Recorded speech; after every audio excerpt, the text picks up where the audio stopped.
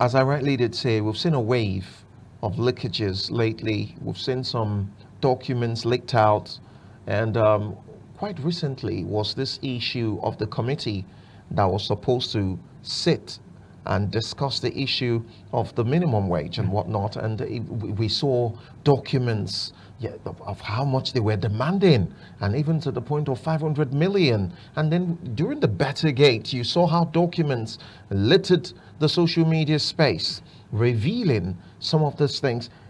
In your understanding, what do you understand by classified documents? And which category of documents should be classified and which one should be in public space, before we now talk of this wave of, revealing of classified documents? Yeah. Thank you very much. It's quite an interesting topic, and it is timely because of the current developments, like you just mentioned, two of the instances. The classified documents, naturally, if you are in government or you have ever been in government, even in the private sector, there are classified documents. There are documents that are classified, and those not classified, you can very easily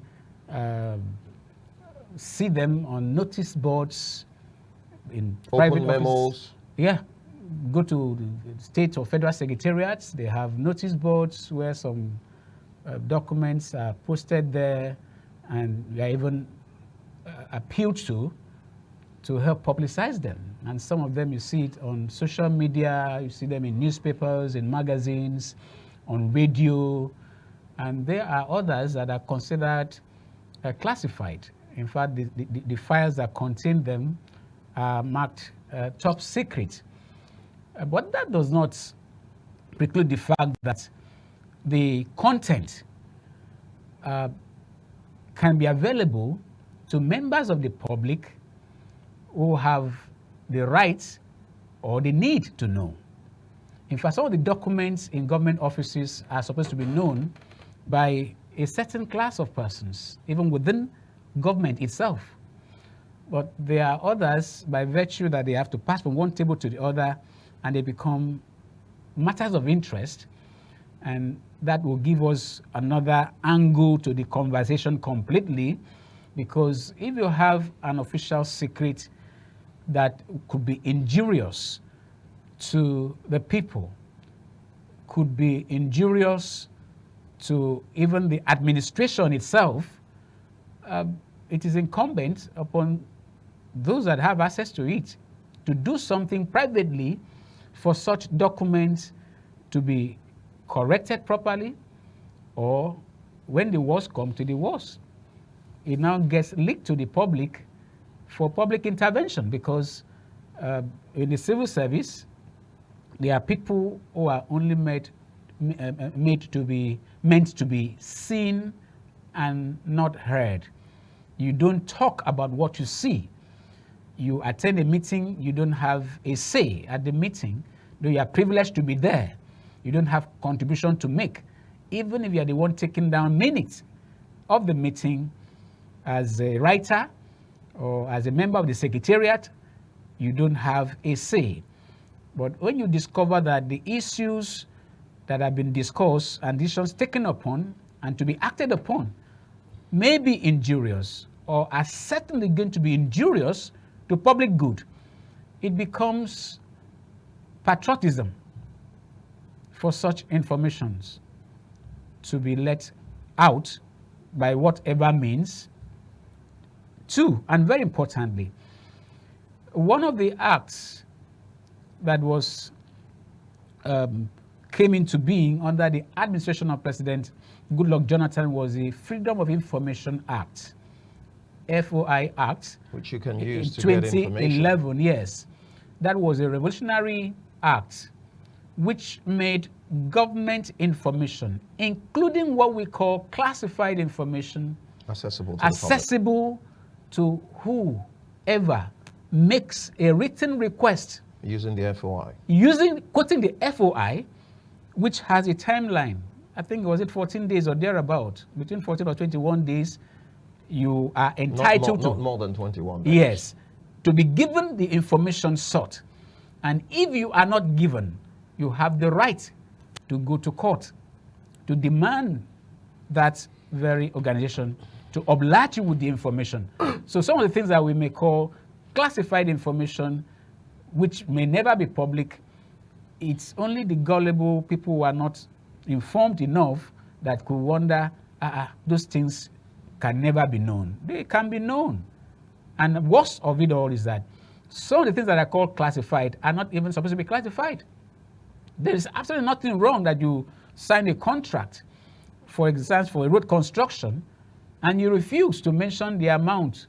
The distance covered are supposed to be part of the public information. But in our current dispensation, in our current, especially maybe at state levels, because federal governments, often they mention how much a road contract has been awarded, even though sometimes very ridiculous, ridiculous amount as in very low, as in, okay, a road that is supposed to cost about, for instance,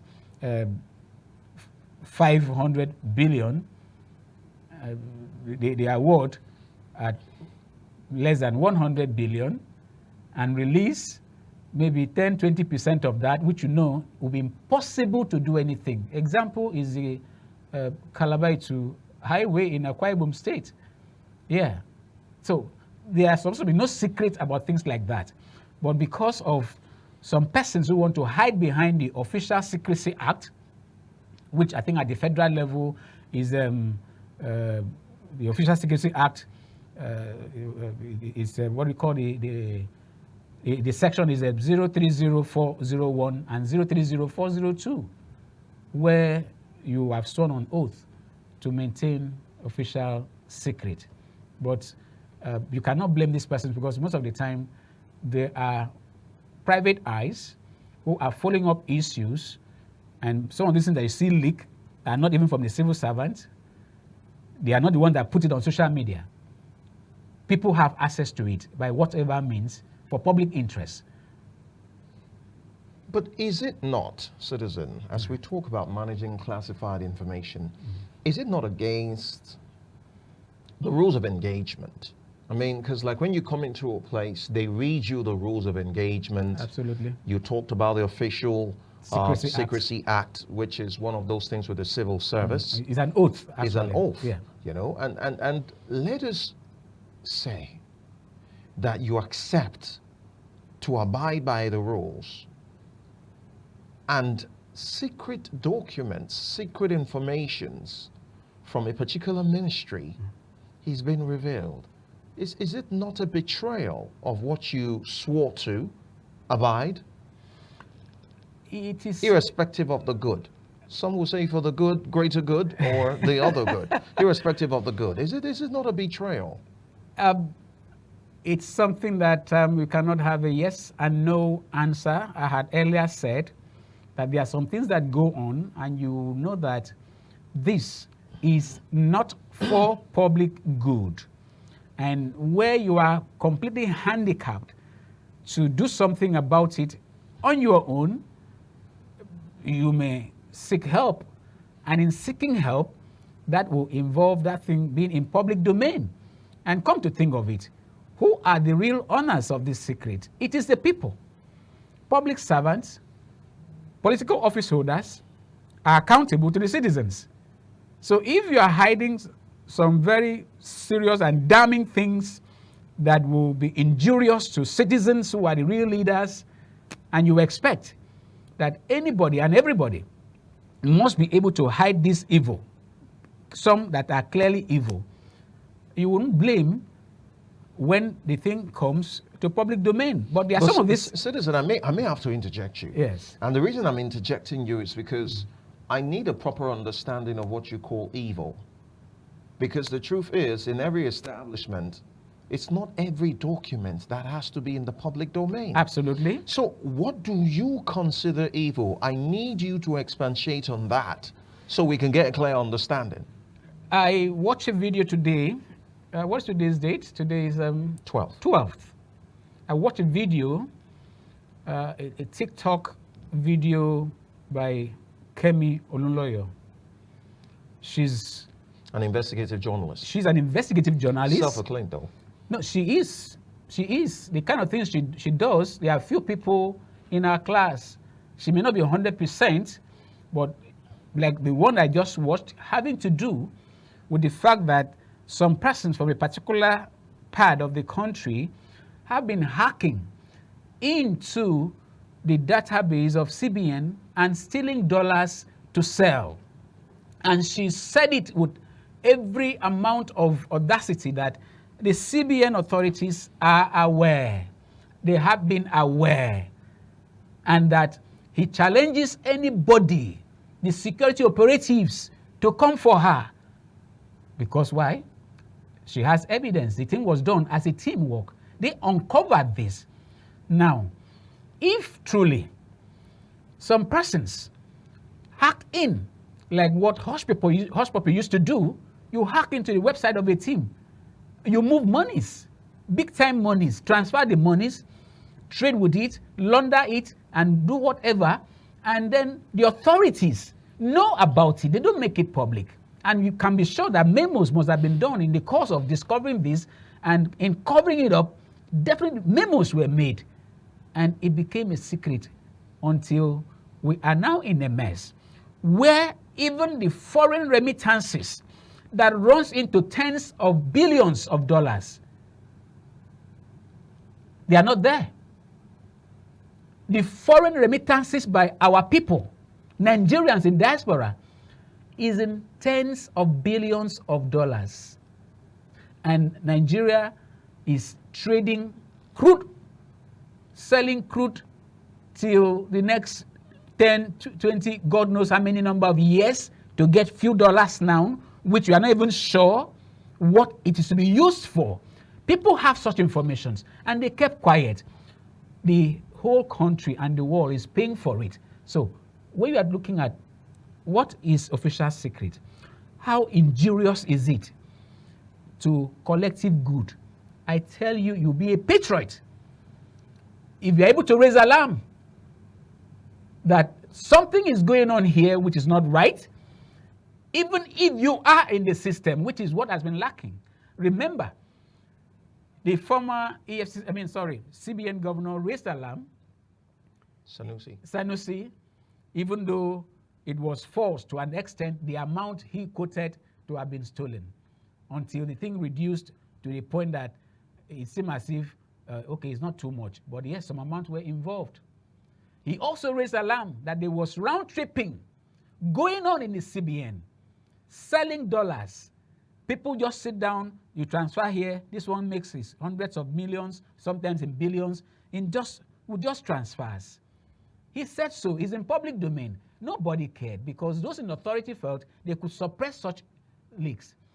Now come to the very latest one, the Edu Gate, what we call Edu Gate, which Edu's own is just a minute fraction of the corruption in that sector.